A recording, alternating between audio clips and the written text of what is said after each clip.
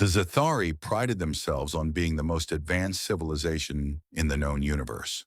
With crystalline bodies that shimmered with internal bioluminescence, they floated gracefully through cloud cities suspended above the swirling atmosphere of their gas giant homeworld. They had mastered quantum entanglement when most species were still poking rocks with sticks. Their schools taught faster than light propulsion, the way Earth children once learned multiplication tables. To them, wormholes were traffic lanes, and singularities were playgrounds for academic curiosity.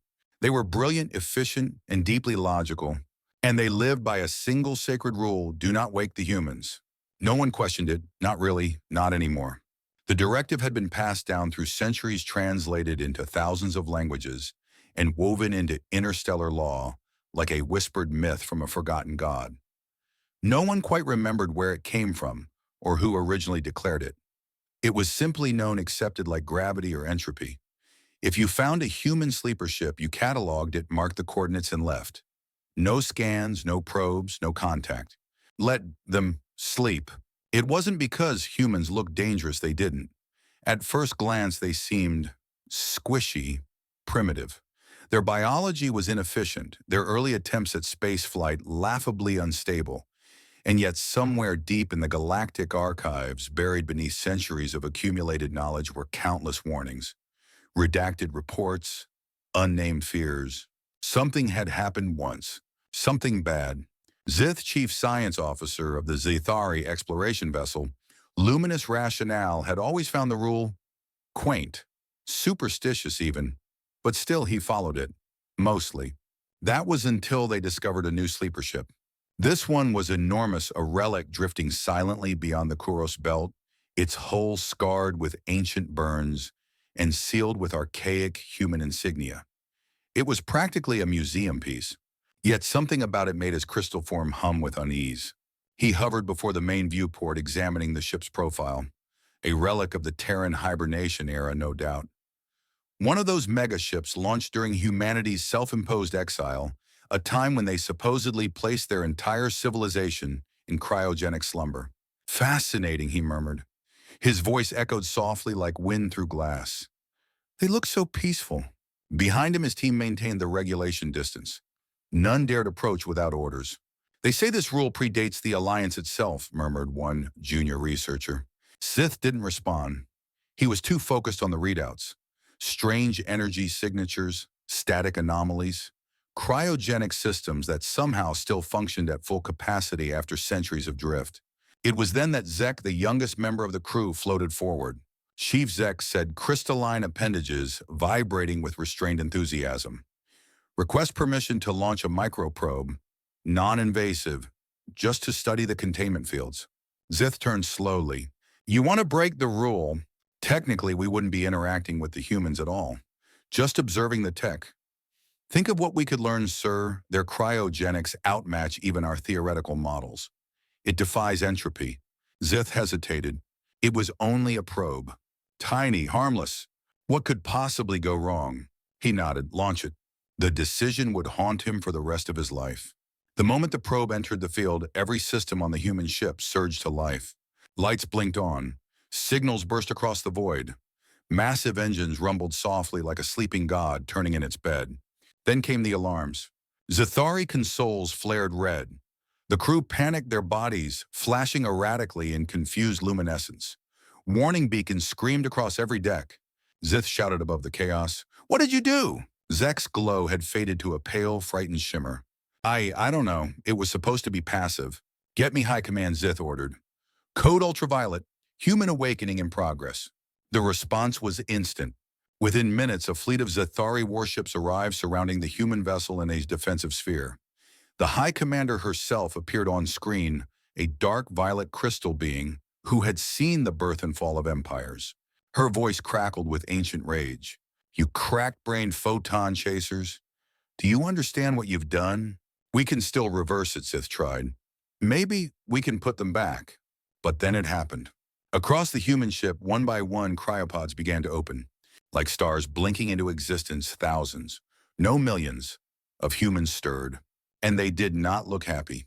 The High Commander went silent, then whispered words that would echo across generations. They're waking up. May the stars have mercy on us all. The diplomatic vessel Clarity of Intent docked with the human ship under high security and even higher anxiety. Ambassador Crystal, a name chosen for its simplicity and ironically its fragility, floated at the head of the delegation. Her body shimmered in meticulously calculated light patterns, designed to be aesthetically pleasing to 17 sentient species. None of those 17 species, however, had just been rudely awoken from a 500-year nap.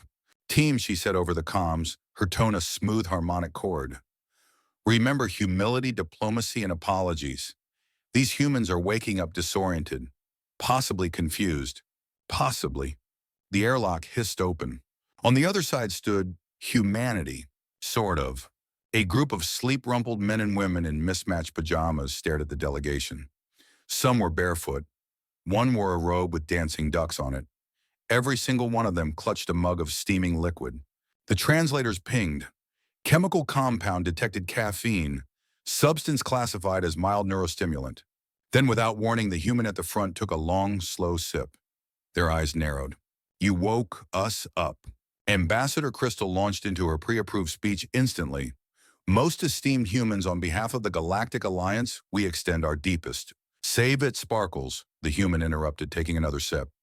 You got any idea how hard it is to sync 7 million people's REM cycles? We were 5 minutes away from peak dream convergence. Crystal hesitated. She glanced at her team, flickering slightly from confusion. We apologize for the unintentional disturbance. It was purely scientific curiosity. Scientific curiosity gave my roommate a panic attack. He woke up thinking it was finals week. The humans were not hostile, not overtly, but their expressions spoke volumes. Exhaustion, irritation, a certain caffeine-fueled readiness to throw sarcasm like plasma grenades. We come bearing reparations, another diplomat added nervously. Advanced comfort technology, dream enhancement devices, calming ambient noise generators. The lead human snorted. You think we'll forgive you with pillows? Have you ever tried to fall back asleep after being woken up like this? I had a dream about eating pancakes on Mars. That dream is gone now. The human next to him muttered. And no one told them about the pizza thing yet. Wait, the first human turned slowly. Pizza? An awkward silence. Crystal's glow dimmed slightly. Certain Earth foods may have gone extinct during your, rest period. There was a crash. A human dropped their mug. They lost pizza. Oh no, this is war. The Zithari delegation flinched. In their training simulations, threats usually came in the form of plasma weapons, legal ultimatums, or planetary sieges. Not this. Not a tidal wave of frustrated, sarcastic, half-dressed primates determined to air centuries of complaints all at once. The humans weren't planning to fight. They were planning to file grievances, loudly, in person. And so the humans called a town hall. The words alone sent tremors through the crystalline delegation. A meeting of millions to talk about feelings, no structure, no protocol. They're forming committees, Crystal whispered in horror. Unregulated committees. One diplomat began vibrating uncontrollably. Another quietly attempted to fake system failure to avoid further participation. The humans, however, were thriving. Some had taken over the ship's cafeteria. Others were handing out wake-up snacks. One team began compiling a list of things that pissed us off, which soon reached 243 bullet points. Netflix being gone was number 4. Social media withdrawal was number 2. Pizza remained number 1. The entire diplomatic mission spiraled out of control. Every attempt to offer apologies or bribes was met with complaints, jokes, or a deeply sarcastic, wow, thanks. They're not declaring war, one assistant whispered. They're just mad. And it was worse. They were mad and organized. By the time High Command checked in, the humans had already set up a shared document titled Official Human Demands Plus Side Rants. It included everything from universal pizza restoration to mandatory nap rights for all species. The final straw came when someone discovered that the galactic translators couldn't fully interpret the phrase Netflix and chill. The resulting confusion nearly caused a cultural incident on 3 planets. Ambassador Crystal, exhausted and terrified, transmitted one last offer. We are prepared to offer you full control of several luxury resort planets where you may recover. The human leader, now wearing aviator sunglasses indoors, took a slow sip of their drink. Bold of you to assume we'll ever be ready to sleep again. The awakening should have been traumatic. Instead, it became hilarious. By hour 4 of full consciousness, the humans had not only adjusted to being centuries out of date, they were laughing about it. Hard. In the command center of the ancient Terran ship Elysium Voyager, dozens of humans sat at reactivated terminals, sipping coffee and scrolling through old mission logs like they were reading ancient fan fiction. Zith and Ambassador Crystal hovered just outside the blast doors, peeking nervously inside. "Let me get this straight," said one human, now on their 5th cup of galactic-grade espresso. "While we were asleep, you all assumed we entered cryosleep because we ran out of resources." The High Commander of the Zithari appeared via hologram beside Crystal, her crystalline form noticeably dimmer. "According to our historical records, yes." A second human snorted loudly. "Oh, this is rich. They really don't know." The humans erupted into laughter. One clutched their side. Another wiped a tear from their eye. A third nearly spilled their drink while pointing at a 400-year-old mission log labeled "Reason Extreme Boredom." "We solved world peace, clean energy, and teleportation," one woman said. "And then we got bored. So we napped," added a man in a Hello Kitty robe, "and left the universe a funny note." Crystal blinked. "The warning, the do not wake humans law." "Oh yeah," said a man reclining in a swivel chair. "We wrote that. Scattered it around the galaxy for fun. Best prank ever." The galactic representatives looked like someone had unplugged their neural links. Sith whispered. They weren't sleeping because they were weak. "We were done," said the human leader, now leaning back with their feet on the console. "Fixed everything. Solved most major mysteries. Figured out why socks disappear in the laundry." "You did?" Crystal asked, barely audible. "Oh, totally, but we're not telling anyone. Some things should stay mysterious." As if to punctuate the point, another human shouted across the room, "I found the Cinnamon Toast Crunch Vault." Laughter erupted again. Meanwhile, Zithari scientists frantically scanned the ship. The systems they'd assumed were ancient turned out to be light years beyond their own understanding. The cryopods, not crude stasis chambers, but quantum processing cocoons that had been running full universe simulations while their users napped. This one contains 3 alternate versions of history where dinosaurs invented capitalism. One technician muttered in disbelief. This other pod ran emotional modeling on 6,000 different planetary elections just for fun. These weren't survival chambers, Zith finally realized aloud. They were hobby projects. The worst part, the ship was running flawlessly. Not just functional, but efficient. Every subsystem responded instantly. Every system rebooted without errors. The engine's ancient fusion drives now pulsed with stabilized wormhole compression rings. Technology that shouldn't exist. "You made all this before we even discovered electricity," the High Commander whispered. The humans looked smug, tired and smug. "Have you ever been the smartest species in the galaxy?" the human leader said, standing. "It's exhausting. Everyone wants your help. Solutions, guidance, peace treaties. Cure their plague. Teach them how to dance." "So we left, took a nap, let everyone else catch up." One Zithari diplomat slowly lowered themselves into a seated hover. "You were babysitting the galaxy." "Exactly. And judging by the state of things, we came back just in time." The Galactic Alliance's collective ego took a full-body hit. Entire civilizations had built policies, philosophies, and interstellar borders around the assumption that humans were ancient relics, barely surviving, needing to be protected. And now here they were brewing espresso, casually rewriting fundamental physics, and asking if anyone still had the recipe for deep dish pizza. To make matters worse, a group of teenagers had repurposed one of the ship's meditation chambers into a karaoke room. An impromptu performance of Bohemian Rhapsody was already broadcasting across 3 star systems. Ambassador Crystal blinked again. "They're having fun." Zith's crystalline form pulsed in resignation. "And they're just getting started." Zithari High Command had prepared for war, diplomatic fallout, even full-scale rebellion. They had not prepared for karaoke. The first wave hit when a group of humans hijacked a Zithari communications node and used it to broadcast a karaoke tournament titled Universal Idol First Contact Edition. The second wave came when representatives of the feared void crawlers, a species known for inducing madness by proximity, asked if they could join the next round. They want to sing, Crystal whispered. They've never even spoken in public before. Apparently, Zith muttered they like hot chocolate now. As it turned out, the void crawlers long feared as apocalyptic monsters became oddly charming once properly caffeinated. Their tentacles made for surprisingly rhythmic dance moves. One of them performed a haunting rendition of an old Earth ballad titled Hello that brought three diplomats to tears. Meanwhile, the humans had started restructuring everything.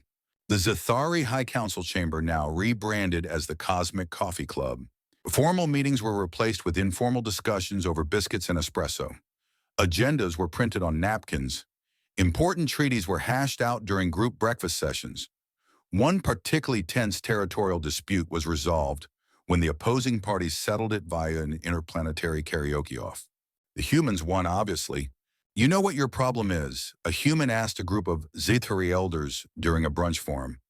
Too much crystal, not enough flow. The elders didn't understand what that meant, but somehow it made sense. Elsewhere in the galaxy, things were changing even faster. The younger generations of alien species once raised on caution and reverence toward humans now saw them as icons of cool chaos. Zathari teens formed fusion meme forums with human influencers.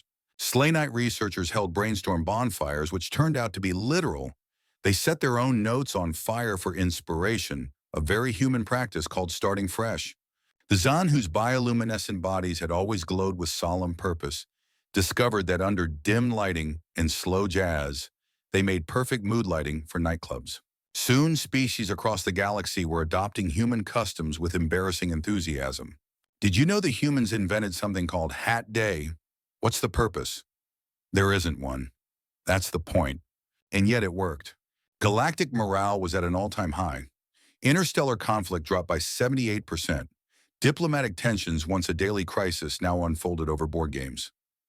Universal Monopoly became so popular, it had to be moderated by AI referees after someone tried to sell an actual moon for snack credits. Even the most hardened skeptics began to soften.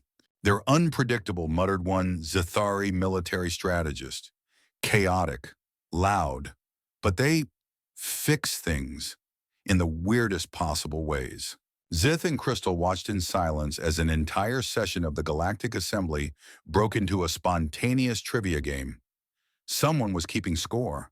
Someone else was handing out alien-themed stickers. None of it was in the protocol, and yet everything was working better than ever before. It was around that time that Crystal asked the question that had haunted her since the beginning. Why do you think they really came back? Why now? Sith didn't answer immediately.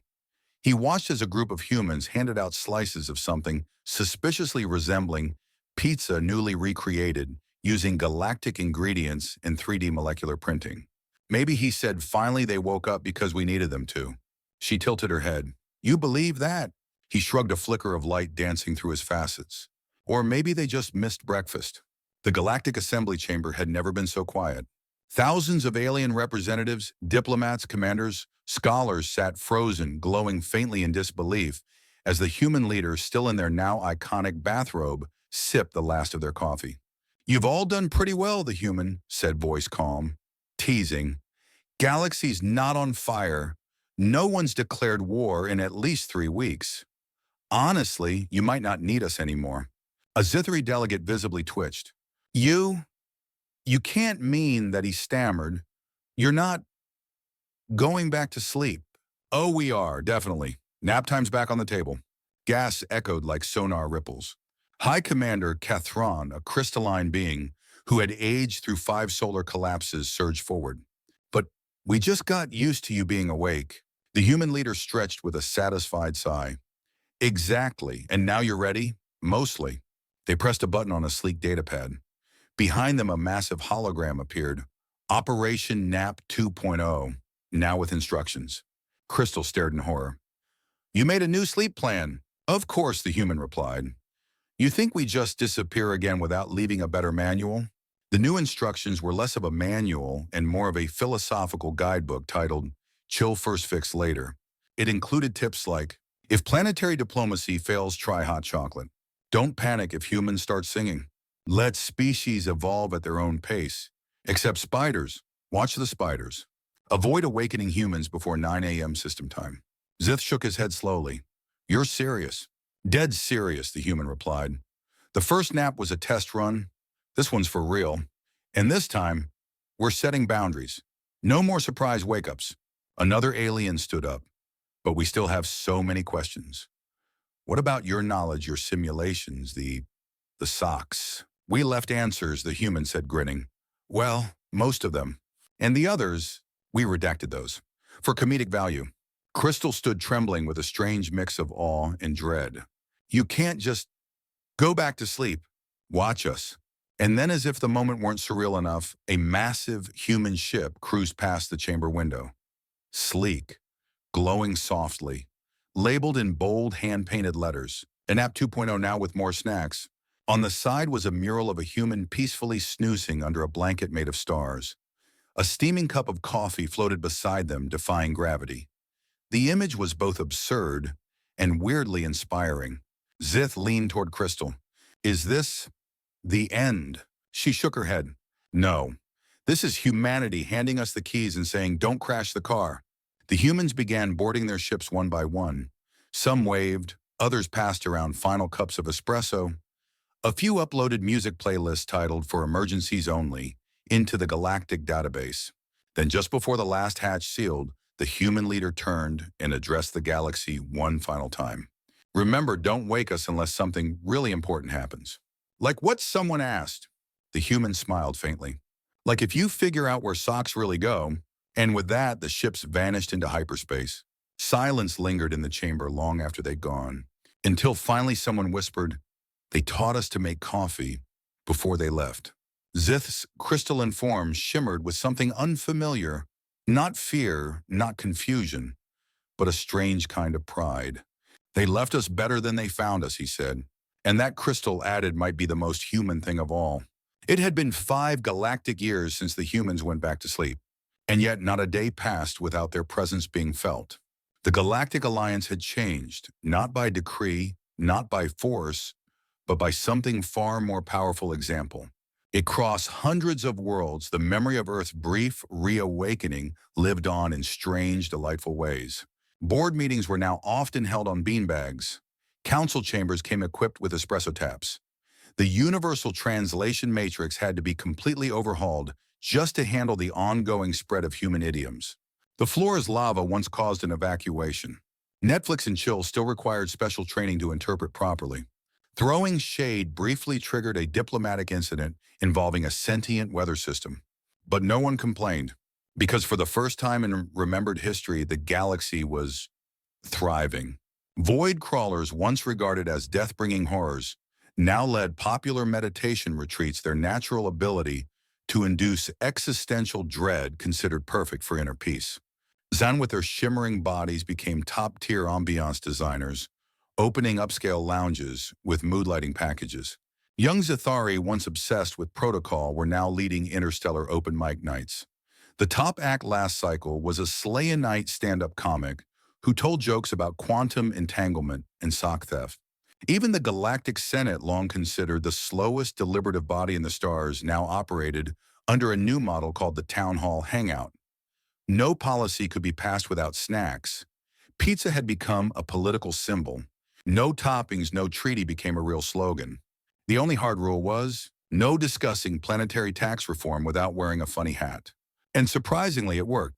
Zith walked through the restructured High Council Hall, now simply called the Lounge.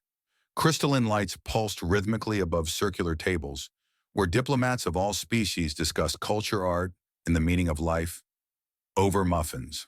He passed a void crawler wearing a beanie. It waved a tentacle in greeting and whispered, "Your aura's very centered today." Zith just smiled. Somewhere along the way, he had stopped fearing that smile. Ambassador Crystal sat near the cafe window sipping a strange purple drink with a paper umbrella. "Did you hear?" she said as he joined her. The Dream Collective just passed a motion declaring every 7th cycle Hat Day across their empire. Sith chuckled. "So the humans win again." "They always do, even when they're not here." They both looked out the window. In the distance, a familiar ship floated in orbit.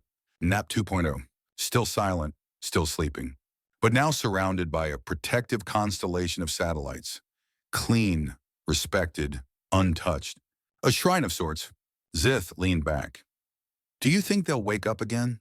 Eventually, Crystal said, maybe when the universe is in trouble again, or maybe when we figure out where all the socks go. He raised a cup to the stars, to the caretakers who napped through history.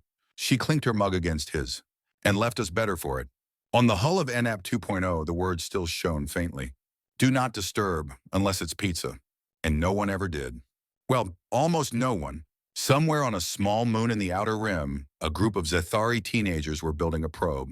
And one of them, grinning mischievously, asked, what if we just wake them up for game night?